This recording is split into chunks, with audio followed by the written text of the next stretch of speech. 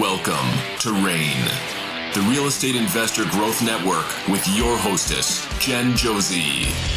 Join like-minded real estate investors and accelerate your business towards greatness.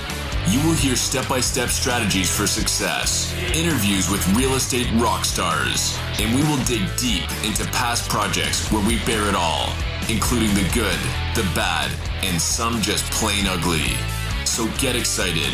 Here's the bestower of badassery herself, the real Jen Josie. Listener discretion is advised. Hi, and welcome back. I'm Jen Josie, creator of REAN, the Real Estate Investor Growth Network. Whoop, whoop. On today's episode, we have a special guest that will be sharing one of their past projects. We will let you decide if it was good or bad or just plain ugly. But before we begin, here is today's badassery bestowment, my little badass gift to you. While we would love to think that all our team members will respect our job sites as much as we do, it's important to be very clear on your expectations. At our properties, we post our code of conduct. It's just a gentle reminder to all our contractors what we expect of them while they are representing our company. This is what we post. Number 1, every trade is responsible for cleaning up after themselves every day. Number 2, every trade is responsible for the removal of all their trash from the job site when their work is finished. If Jolific Homes has to pay to get the site cleaned, all responsible trades will be back charged. Number 3, the job site is to be broom swept at the end of every day. Number 4, no smoking in the house or on the premises. Number 5, no loud music playing. When visitors arrive on the job site, no music is to be played at all. Number 6, no fighting, arguing, or having disagreements where neighbors can see or hear you. Number 7, respect the neighbors and the neighborhood. Pick up your trash and keep the streets clean. Number 8, last one to leave the job site is responsible for securing the site completely. This includes, but is not limited to, locking every door and window. Number 9, make sure there are no materials or trash at the front of the house. Keep the curb appeal clean and presentable. Number 10, each trade is responsible for all their materials and tools. Leave tools and materials at your own risk. And lastly, number 11, represent your company and Jolific Homes proudly. I hope all you listeners out there find this helpful. It definitely helps to cut down on babysitting grown-ass adults. So, now on to today's episode. We have a totally classy badass who is not only one of the top grossing realtors in my area, she has over 150 sales each year, but she also flips 25 to 30 properties each year. Her red hair is a little bit more natural than mine, and I'm honored to call her friend. Welcome to the show, Stephanie Anson. Oh, thank you. Thank you so much for having me. I'm super excited to be here. I love my sound effects. I love them too. They're great. I get a little addicted. So, Stephanie, I know you very well, but give our listeners a quick background on you. Oh, yeah, sure. So I am a licensed real estate agent. I've been practicing real estate for about 10 years. I actually initially became a licensed agent because I wanted to be a real estate investor. That was what drove me to doing that. When I was there initially in college, ECU, rented, yes, East Carolina University. And I rented from a lady, and she, I would go and pay her rent. And to me, she didn't work a job. She was always at her house. And I knew I lived in like a row of duplexes, and I counted how many duplexes they were. And I saw how much she was making, and she was making like $20,000 a month or something like that. And to me, she didn't work. And I was like, I want to do that when I get older. So when I graduated college, I bought my first couple of rentals. And then I did initially work in real estate. I actually worked for the state of North Carolina. I worked with children with special needs. And then eventually decided that I did want to do more with real estate. I went to a Romid and Thompson event, and she talked about if you're interested in getting your real estate license, if you're interested in investing in real estate, you should get your real estate license. I was like, okay. So that weekend I signed up, took the class. And then here I am 10 years later. So it was a good choice. Yes. What was your degree from ECU? I actually majored in psychology and minored in business. I did not know that about you because ECU and my college, University of Central Florida, we are big rivals. So yes, I realize that. Go Knights. All right. So you are going to talk about one of your past projects. I know about this past project, and I actually was like, please talk about it on the show. It's such a great tool for listeners to hear about, maybe what not to do, who knows. Exactly. So let's hear about this project.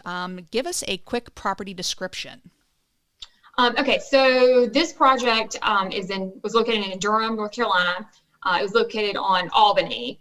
And it was a small little house, 2 bedrooms, 1 bath, and built in like 1942 or somewhere around there.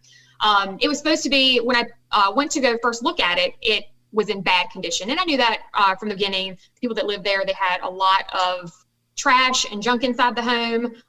But for me, I love those dirty projects. So I was really interested in it and was happy to buy it at the time.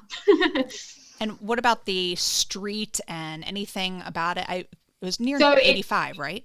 It did.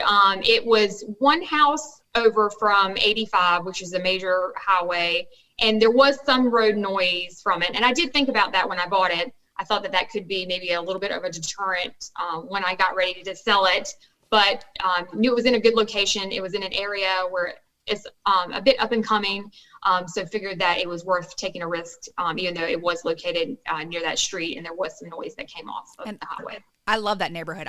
I flipped a property in that same neighborhood, so I would go stalk this property for you. So how did you find it? I bought it from a wholesaler. She had sent it out to her buyer's list, and so I ended up purchasing it from her. And what was the asking price, and what did you actually purchase it for?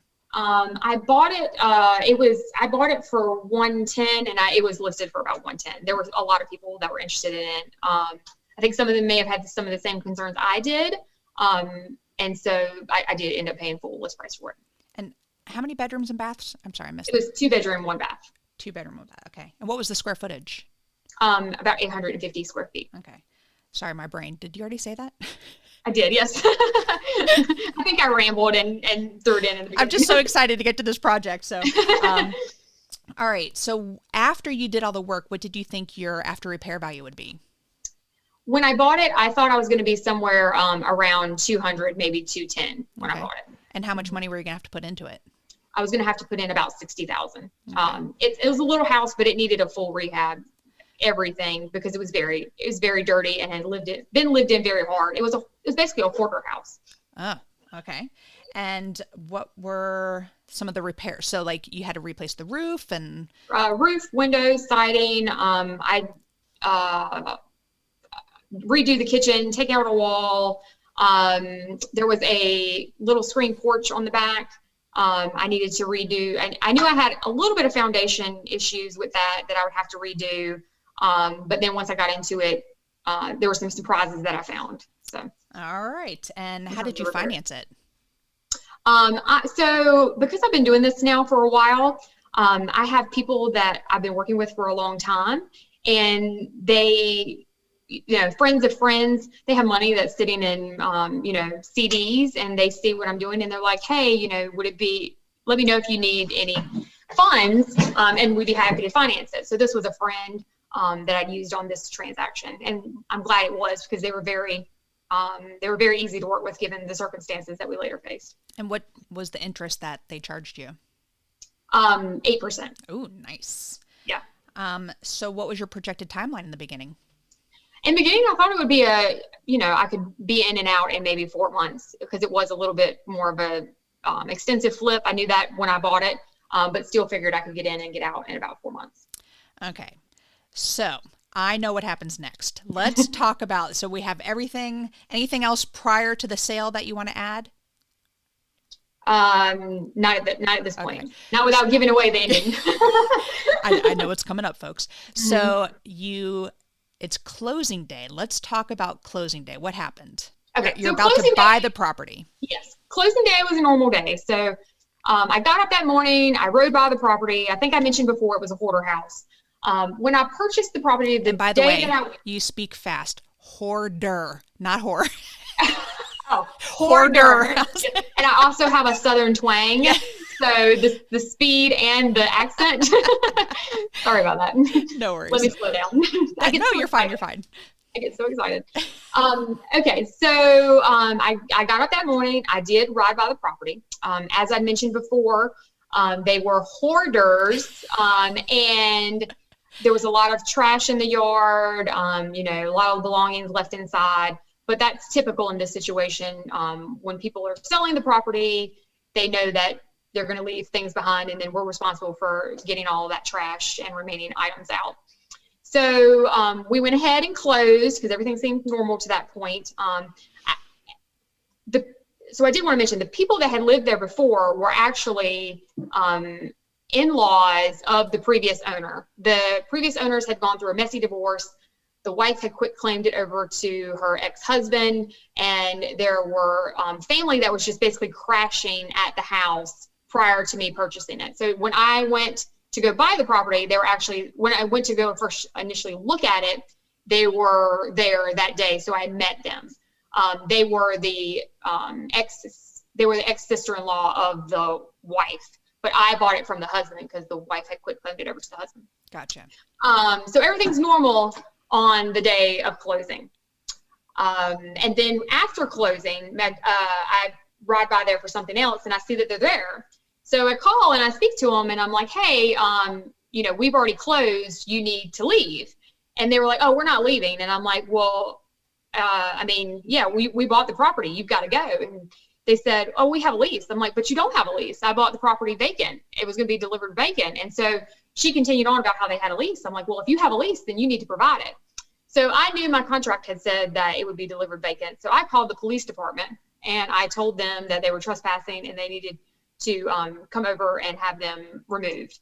So the police come by, and the police talk to them, and then they call me back, and they're like, well, there's nothing we can do. They said they have a lease. I'm like, well, did you see the lease? And they said, no, but we don't need to see the lease. All they did was say lease, so you're going to have to go to court to get them out. Oh, my gosh. So and you've owned it how long? Maybe a day, maybe 2 days.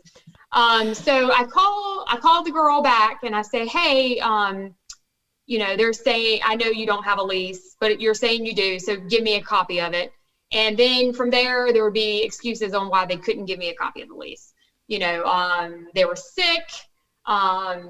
It was just different excuses one after another. So finally she sends me a lease. It's written on a piece of notebook paper and a crayon. And it says that the cost of utilities and rent and food, it mentions food, is $300 per month. Given for this area, the average rent is at least $1,000, even for lower end homes. And they're saying this is $300 a month for rent, utilities, and for food. I'm going to give them food every month. And that, they're going to stay there because they have a lease. So at this point, I wanted them gone. I knew what they were trying to do. They just wanted some money. So I said, hey, look, how about I just give you some money, you get all your belongings, leave, and then once you're out, then I will be happy to, give you the money. And they were like, well, we need the money up front. So at this point, I'm thinking, well, if I give them the money now, then I may give them the money and they still may not leave. Right. So we go back and forth. We were at that, that main spot where give them the money or don't, and I decided that I wasn't going to give them the money. Remember this, because this is the turning point. This could have been a turning point in this whole situation. So finally, I decide that I'm going to take them to court. So I hire an attorney that was recommended by another real estate investor, and we go to small claims court. Is that Stephanie?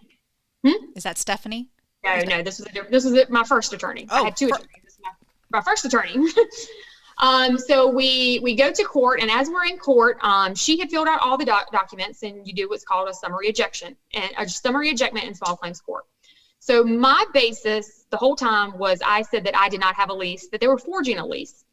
And so when we go into court, my attorney had checked that they had an oral lease. And as we're going through, the people that are living there, they show up to court, and the judge basically says, you're in the wrong court. you do not have a lease, so there's no landlord-tenant relationship, so I can't help you. Well, in the meantime, the lady is yelling. She's basically saying that she's forged the lease and that, and then the judge basically says, okay, you just need to stop. You're winning. You need to be quiet from this point. So I'm not one to take no for an answer, even though the judge had told us that day that we were in the wrong court. I figured I would go about it a different way. So I went back to the police and I said, hey, we went to court. They said that they were not allowed to be there. They were like, okay, we'll consult with our attorney and then we'll get back to you. They consulted with their attorney and they said, yes, we'll go over there and we'll have them removed. So I called the number, the police met me there. Normally in those situations, maybe one police officer meets you. When I show up, there's 10 police officers. And I'm like, why are there so many cops here? And they were like, these people are crazy. That's why there's so many of us. So she comes outside. She doesn't have any shoes on. She's got shorts on. It's freezing outside. She grabs a handful of things and she leaves. She goes willingly though. She doesn't yell. I got to ask this. How many people are living there right now? It's just this woman? It's her and her husband, basically, and a dog. A dog. I remember the dog. Let me talk about the dog. So the dog comes outside as she's being evicted, and it's a little chihuahua. And the little chihuahua's fingernails are curled under, and they're like 5 inches long. I later found out that they didn't let the dog go outside because maybe there was warrants for their arrest. And so they didn't let the dog go outside, and so that's why the dog's nails were so long. But anyway, so she leaves and she walks off, and then the police officers are thanking me. They're like, thank you so much for getting her out. These people have just been, thorns in our side. We come by here multiple times. They were like, if you want to burn this place down, call us over. We'll drink beers in the yard with you. And I'm like, oh, thank goodness this is over. I'm so excited. So then the next morning I get a call from the chief of police saying that she is saying that the police officers had sexually harassed her while she was being removed. And I'm like, nobody even went near her. She was inside of a chain link fence and she had to walk out as I cut the fence because the officers wouldn't do it and they told me to do it. So then she ends up going and getting a legal aid attorney who then says that I have to let her move back in. And they take out a restraining order against me. What's the time frame right now? How long has this been going on at this point? Well, so the initial, from when I bought it to when we could actually go to small claims court was probably about, because you have to get on, they have to file the paperwork, then you have to get on. So it was probably like 45 days. And then from the time I went to court to, the day of the eviction, it's probably another 2 weeks. Oh, wow. So then they tell me that I have to let her move back in, and if I don't, and that they have a restraining order against me, and I'm not allowed to go near the property. Also, in the meantime, I had switched over the utilities into my name, thinking that I owned the house and no one lived there. So now I'm also paying for her utilities where I wasn't doing that. And they would have had to pay for their own utilities. So, okay. So then from there, then I decide that my first attorney was not a good fit. And I go and try to get advice from several other attorneys. I have a couple attorneys give me suggestions on what to do. And I wasn't excited about. And then I met another attorney. Her name was also Stephanie. And she did talk with me for a few minutes. And as I'm talking to her, she knows everything that I'm going through. She's already finishing my sentences on some of the things that I'm saying. So I was like, okay, she is going to be my attorney. She is the only person that's going to be able to get me out of this. And so she was really busy at that point. I think she had like a big trial going on. So I'm like harassing her. I'm like, please take my case. Please take my case. I would call her. I would send her emails. I'm like, please take my case. So finally, I think I bugged her enough. So she took my case. And then I go in and I sit down with her, and come to find out, the next court that I have to go to, so let me back up. So the day that I went to small claims court, my first attorney said, you need to appeal this. Let's go ahead and go get on the books. We'll go upstairs. We'll submit an appeal, or not an appeal. We'll go upstairs and we'll get this started. Basically, the next step was going to, what's the next level of court? The next step was going to, not the Supreme Court, it's lost me. That's left my mind. It was the next step in whatever the level of courts are. So we went upstairs, we filed the paperwork, and in the meantime, I did all the other things about trying to go to the police station and get her out. So I did do that. Well, come to find out, the first attorney had checked that I had an oral lease. And so once I met with my new attorney, she said, okay, you're in a little bit of a tight spot here. Your last attorney filled out the paperwork differently than what you're actually saying. So the paperwork is saying that you do have a landlord-tenant relationship, where your other paperwork, you're saying that she's just forging it. So now that you've evicted them, you have violated their landlord-tenant rights. And they can actually they can actually countersue you. And if they win, they could win up to $20,000. So question, did they forge your name on this lease? Like, who is the lease with? They forged the previous owners, but that was their sister-in-law. Gotcha. And so they were forging her name, and well, she could have signed it, but the ex-husband, they were also forging his name, because that was not his signature. Okay. But it could have been hers, because that was their sister-in-law. And when I went to small claims court, he did come with me to court, and he was going to testify that his name was forged. And so he was there with me in court that day to say that. So. All right. So now you're paying utilities. I'm paying utilities. You have to let them back in there. With the dog running around the house, I'm sure leaving lots of presents in there. So many presents.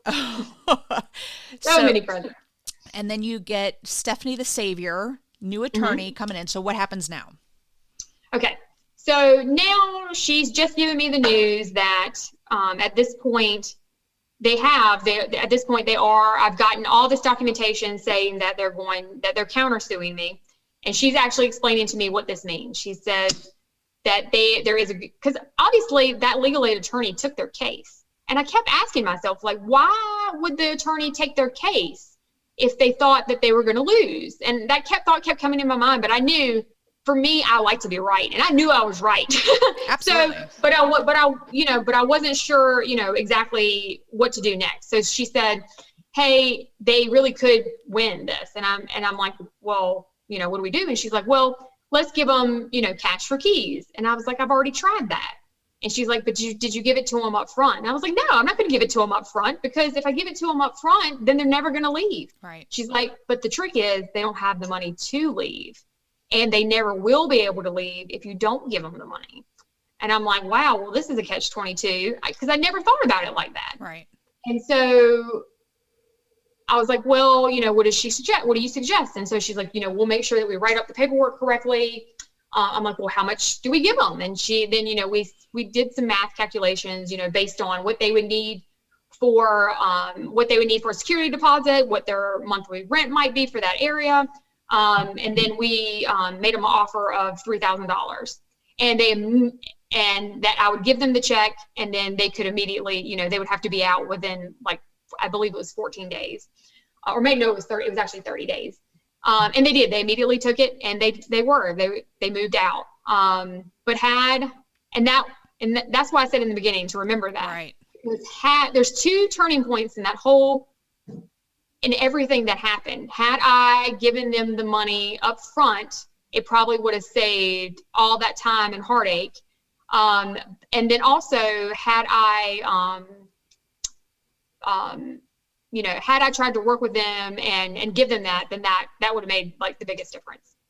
So hindsight's 2020. Wow. Ugh, I don't ever want to hear that saying. 2020. So is this normal across the country, or is this just like a Durham thing? Is this a North Carolina thing? Like, how is it that people can be in a house that you own, you're paying utilities, and they can just stay there? How does that work? So it's definitely something that's different in each state. And even in North Carolina, it's different across the different counties.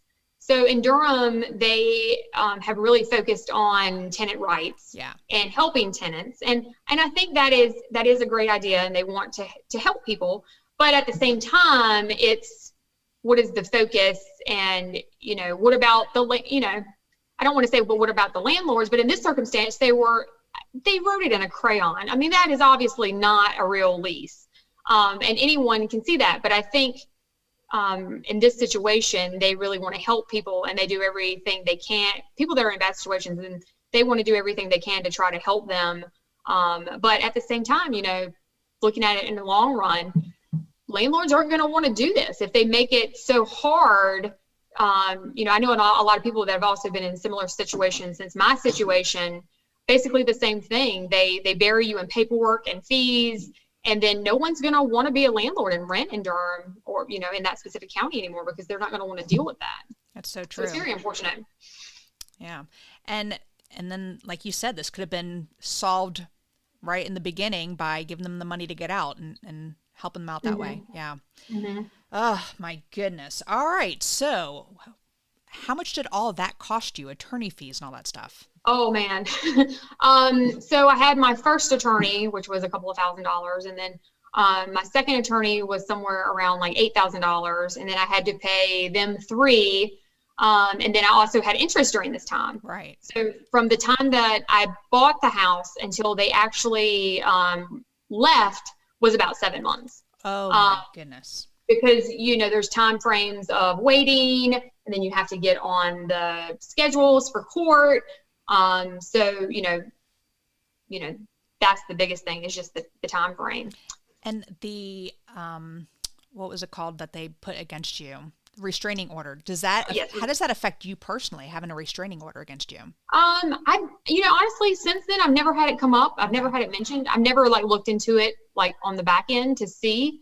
But I think when the case got dismissed, then, all that. So somebody may see it, but I don't know that restraining orders, affect you. But yeah, all of it was dropped when I had to write a letter. They had to write a letter. And that was part of our agreement when we were negotiating on the funds for them to leave, was to make sure, I actually had to write them a reference. That was the agreement, that I had to write them a reference saying that they did not owe me any fees, and there was no bad standings between them. I had to give them a personal reference. I had to give them a reference. Did you give it to them in crayon? Yes. All right. So it's 7 months later. You purchased it for $110,000. You paid about $10,000 the second half more. So now it's about $125,000. You're into it. Am I saying that right? Yeah, Mm-hmm. 110, 120. And then you have interest in addition to that. So you finally get access to the property. What happens next? And you said that they were hoarders. So yes. Tell us about the whole rehab situation. Yeah. So I bought it knowing I was going to do an extensive rehab, but then, when it rains, it pours. A lot of things that could have been bad got even worse. So I had mentioned that I knew I was going to have to do a couple of foundation repairs. I ended up having to build the whole entire foundation. Oh, wow. Because where they had this little dog, they would let it use the bathroom just anywhere, because it actually had not gone outside. So there was urine, there was feces, everywhere. So we had to replace all the flooring. Basically, the entire foundation was rebuilt. Probably 90% of all the joists replaced. So that was a big thing. That that was a big increased cost.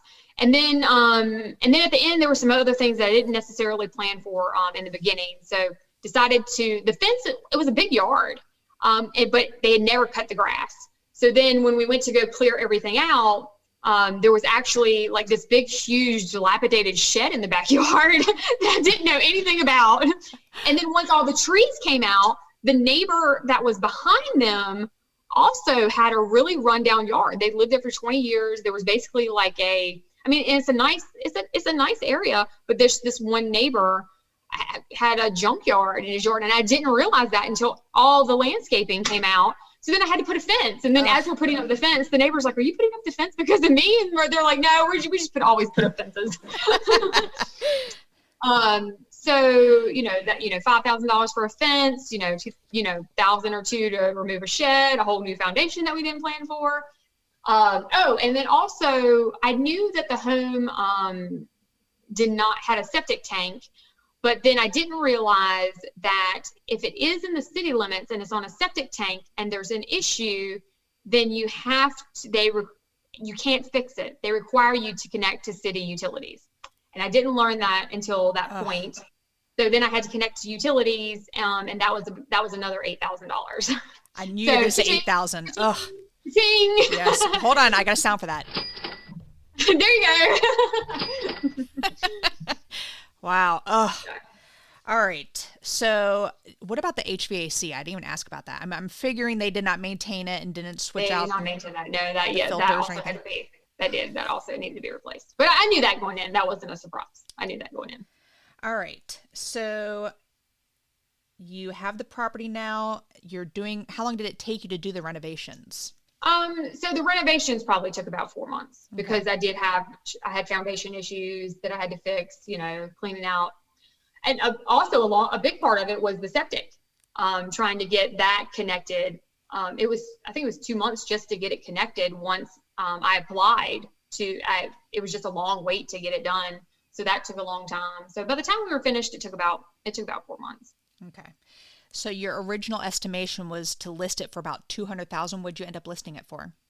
So by the time I had gotten through all of this, I was going to try everything I could to try to make back any money that I could. So I started at 2, because at this point it's been, we're getting close to a year. And so the values had gone up. Correct. I know this neighborhood well, so that's where I was getting at. Yeah. So the values had gone up. So I decided to list it at 240. But then I ended up selling it I ended up having to drop because the road did affect it. But, you never know what you're going to get. Someone maybe moving from, a large city where they've lived beside a road and they don't care about the road. So I at least wanted to give it a shot. And so I ended up selling it for $216,500. Okay. And how many days was it on market? It was on market about 100 days. Oh, okay. Mm-hmm. Gotcha. All right. So then you're under contract. Any surprises come up at that point? Luckily, that was pretty smooth. No, there wasn't any major issues. You had to redo the whole house anyway. Yeah, everything was pretty much brand new. So not a lot to come up at that point. All right, so let's go over final numbers. You ready for this? Yeah. So your estimated repairs were you said around 60? My estimated repairs were around 60. And what were your actual repairs? I ended up spending about 90. I could have tore it down and built a new house for sure. And that's probably what I should have done when I bought it. And you were paying 8% interest. Do you remember what your interest payment was? So he always does it at the end. And because he was a friend, he was really nice. He knew I was going through a hard time with it. He even offered to reduce my interest, but I just couldn't do that to one of my, my investors. And so, but I mean, 8% over, I think I borrowed, at 100,000. So it was, by the time I got done, what is that? 8,000, it was $8,000 in interest by the time I got done. So, okay. And holding costs. And again, it kills me that you're paying their damn water bill the whole time. Oh yeah, I'm paying I didn't talk about that. I didn't pay their water bill. They had not had running water in that house for a year and a half prior to me buying it. And I didn't realize that until I was under contract. Because that's why we needed to connect to the city services because their services had failed. So gotcha. That was, they didn't have that the whole time. I forgot to ever mention that. So how did they shower and everything? They didn't shower and they urinated in buckets. So when my guys went over there to initially clean it out, they were vomiting, trying to get the place cleaned out. They found the carcass from the Thanksgiving turkey. They found dead cats. Just some of the most horrid situations you could have seen. And they were living there. They were actually living there. Oh my gosh. All right. So closing costs, sale price. What was your total profit? Hold on. Do I have what was your what was negative? And you lost money on this? I did. So I lost about $10,000 on it. That's not horrible. That was the first house, and knock on wood, the only house that I've ever lost. Now I've broken even, but that's the only one that I've actually lost money on. Because when I bought it, I thought I was going to make, maybe $40,000, $50,000. Sure.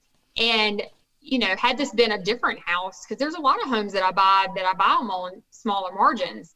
And this one was not one of those. And luckily, you know, otherwise I would have really lost big on it. But I learned a lot from it. And I think that that's probably the reason, you know, there's a reason everything happens. And so I hope to be able to keep somebody else from having to go through this same situation. So. And positive parts of it is you cleaned up that neighborhood a little bit.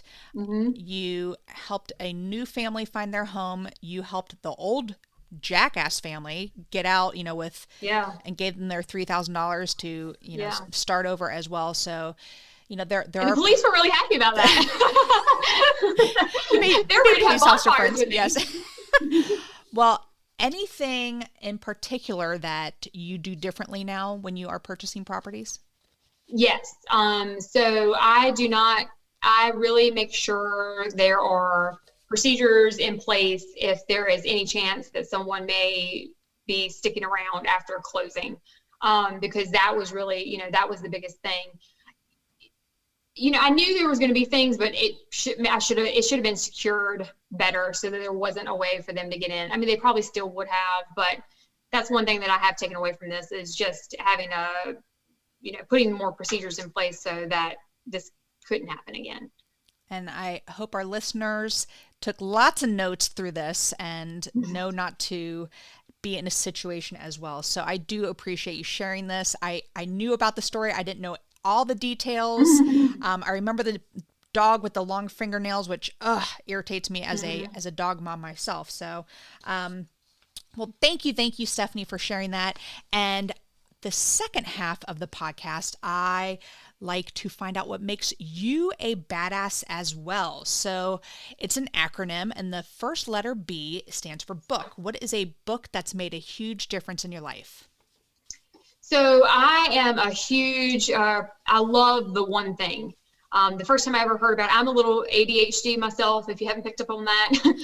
So I try to multitask. I try to do a bunch of things at once, but the one thing was really something that I thought about. It's, dedicate, really set your time and dedicate your time to doing one thing, because people think they can multitask, but they actually can't. And it takes them longer to jump between activities than it does to just do one activity and finish it. And who wrote that? Gary Keller. From Keller Williams. I was originally a Keller Williams agent early in my career. So that was, I actually have a signed copy. So that was, yeah. But so that was, a big thing for me, especially when you're first starting out, you want to try to do everything yourself. You do spread yourself a little thin. So it's important to, what are those things that are really going to drive your career? What are those most important money-making activities? Focusing on those. And so that really was a game changer for me. I own that book. I have not yet read it yet, so I'm going to have to I highly suggest it. Bump it up to the top. All right, the first A in badass is advice. What's the best piece of advice you ever received, and who gave it to you? So, and I think this is great for people when they're first starting out, and it was something that I always kept in my mind. And one of my mentors, who's also still a good friend, his name was Freddie, and Freddie Woodard, and him and I, we both worked at Keller Williams together, and he was a bit of a mentor to me. So he always told me, he's like, people always drop out of real estate, whether you're an investor, whether you're a real estate agent, they don't give it enough time because things in life happen. You either don't have the funds to be able to keep going, or you get frustrated, and people quit the business before they've even given it enough time to pay off for them. And it usually takes about 5 years. And for me, that was spot on. Your first year or two, you're struggling, trying to figure out what to do. You are running out of money because, closings are spread apart.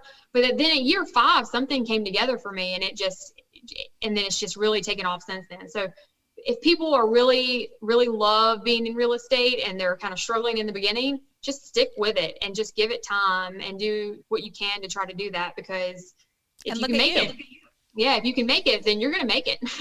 So tell the listeners your accolades with being a realtor in our area. You are number 7? I'm number 7 for the Triangle Business Journal, but that's for individual agents. Okay. I have, I have people that work on my team, but I don't have buyer's agents that work with me. And then, so I've been on the top 10 list for several years. I'm also number one in my office for gross volume and sales. I sell about 150 houses a year. I think the average agent sells about 12 a year. Damn. But again, that's also, I focused on a niche. Like, I got my license to be a real estate investor. So I work with a lot of real estate investors. And for me, that's how I'm able to do so much volume.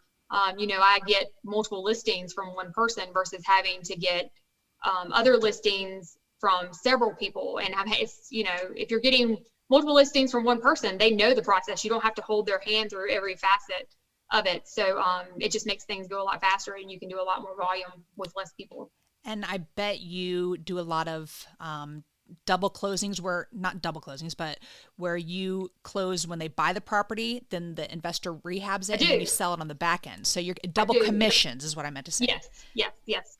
So they buy it, and then we turn around and sell it. Yes. Correct. So all the realtors out there listening, send me deals, and then I will have you listed on the back end. There you go. Yes. All right. The D in badass is drive. What drives you to be successful? Because you are kicking ass in everything that you do. So I want to know what drives you. Yeah. So there's two things that kind of drive me, and I know it sounds a little bit crazy, but I have the mentality, if somebody tells me I can't do something, then I am going to be like, I'm going to do it, and I'm going to show you I can do it. So when I first got into real estate, and I know this is going to sound a little weird, but when I first got into real estate, my mom was very introverted. She did not have an entrepreneur mindset.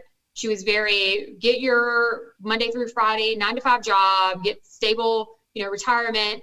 And for me, I wanted more than that. I wanted to make great money so I could have financial freedom. And so even when I got into real estate and started doing it, she's always like, don't you want to go back to your full-time state job? And I'm like, no. And then things kept coming along. Well, then, eventually my parents passed away, have both passed away, but right when she got ready, we knew it was near her end, and she finally came along and she was like, hey, you're really doing good. Like, I'm so proud of you. And that was the first time she had ever told me that. So that was like, that was a great moment. So it was good to hear her say that, because all the time she'd be like, don't you want your full-time job? So that's one thing. And then I just like being right too. So people, we're trying to do something and I'm like, oh, I know the answer. I'm right. And then, that keeps me going too. So I think that's why we're friends. Yeah. We're both always right about everything. Yeah. All right. The second A is aspiration. What is something that you are currently working on right now? So I've been doing real estate. I've been in the grind now. Like I said, December was my 10th year.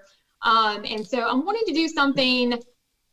I've gotten pretty complacent in what I'm doing. I feel comfortable, and I want to do something that is outside of that. So I'm trying to be more, I'm not a big social media person. So I'm trying to get more into social media. I'm going to start a YouTube channel. Gives me something new to work on, because I want to help teach other people what I've learned about real estate and my crazy stories, my crazy, hoarder stories along the way. So that is something that I'm working on to get me comfortable, because I don't like putting myself out there in front of people.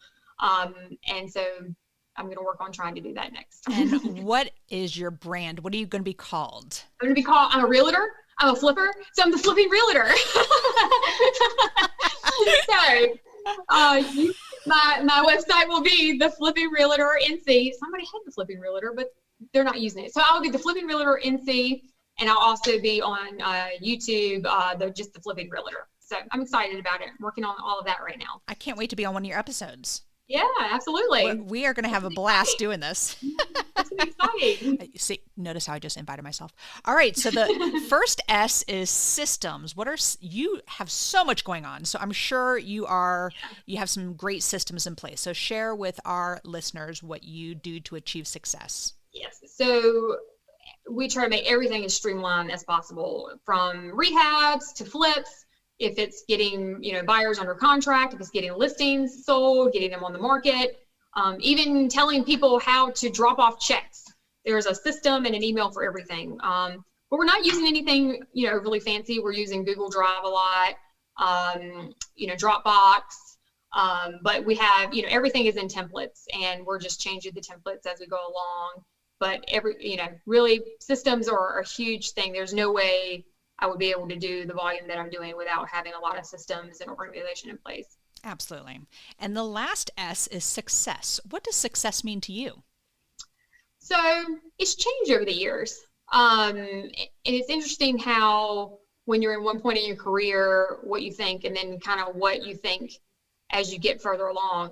Initially, when I first started, success to me was how many transactions can I do and what kind of lists can I get on, and how, that's all going to give me happiness, because then I'm going to have money and I can do whatever I want with the money. And then you get it and you make it, and it's like you're happy about it for 10 minutes, and then you still have that feeling of like, what am I going to do next? And you're always like chasing for something. So I've come to the realization that you have to have fulfillment.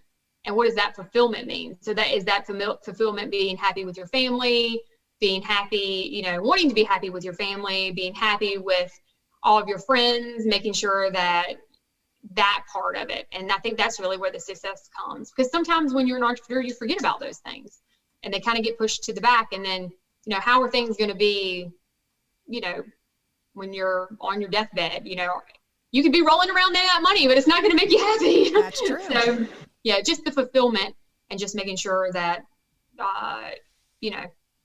your family and your friends, all that's important. And that's really what gives you success. Well, you are a dear friend. I appreciate you being on here. Thank you so much for having me. Absolutely. What's the best way for the listeners to find you? So you can find me on my new website, theflippingrealtornc.com, or my YouTube channel, The Flipping Realtor, also TikTok, The Flipping Realtor NC, and Facebook, same thing, The Flipping Realtor. So. All right. Well, you are awesome and the epitome of success in my eyes. So I strive to be like you and have prettier red hair than you. So that is all, listeners. Thank you for listening, and we will catch you on the next episode. Now go out there and share your badassery. And don't forget, make it a great day. Take care. Bye-bye. Whoop, whoop. Thank you for listening to REAN, the Real Estate Investor Growth Network. Be sure to subscribe on your favorite podcasting platform so you never miss an episode. If you need more badassery, you can follow Jen Josie by visiting therealjenjosie.com or become a member of REAN by registering on REANmastermind.com.